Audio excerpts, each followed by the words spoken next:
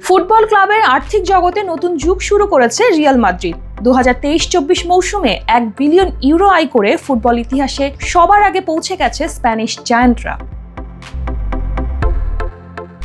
এটা শুধু একটি সংখ্যা নয়, বরং ফুটবল ক্লাবগুলোর আর্থিক সফলতার একটি নতুন মাইলফলক। গত মৌসুমে 831 মিলিয়ন ইউরো আয় করে ম্যানচেস্টার সিটিকে পেছনে ফেলেছিল রিয়াল, কিন্তু এবার তারাও এক নতুন উচ্চতায় পৌঁছেছে।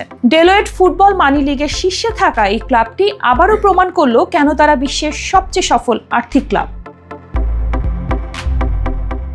রিয়ালের আয় বেড়ে যাওয়ার পেছনে একাধিক কারণ রয়েছে। লা লিগা, চ্যাম্পিয়ন্স লিগ এবং অন্য ট্রফি জয়ের পাশাপাশি সান্তিয়াগো বার্নাবু স্টেডিয়ামের সংস্কার কাজের পর ম্যাচডে আয় দ্বিগুণ হয়ে 248 মিলিয়ন ইউরোতে পৌঁছেছে। নতুন স্পন্সরশিপ চুক্তি ও পণ্যের বিক্রির মাধ্যমে বাণিজ্যিক আয় হয়েছে 482 মিলিয়ন ইউরো, যা আগের বছরের তুলনায় 19% বেশি।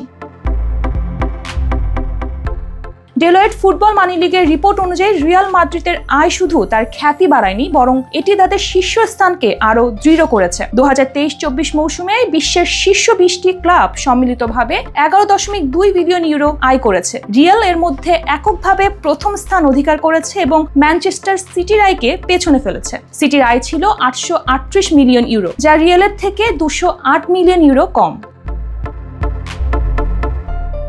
রিয়াল মাদ্রিদ আজ শুধু একটি ফুটবল ক্লাব নয়, তারা বিশ্বের আর্থিক দিক থেকে অন্যতম শ্রেষ্ঠ প্রতিষ্ঠান হিসেবে প্রতিষ্ঠিত হয়ে উঠেছে। তাদের সাফল্য শুধু মাঠে নয়, অর্থনৈতিক ক্ষেত্রেও শীর্ষে পৌঁছানোর উদাহরণ হয়ে দাঁড়িয়েছে।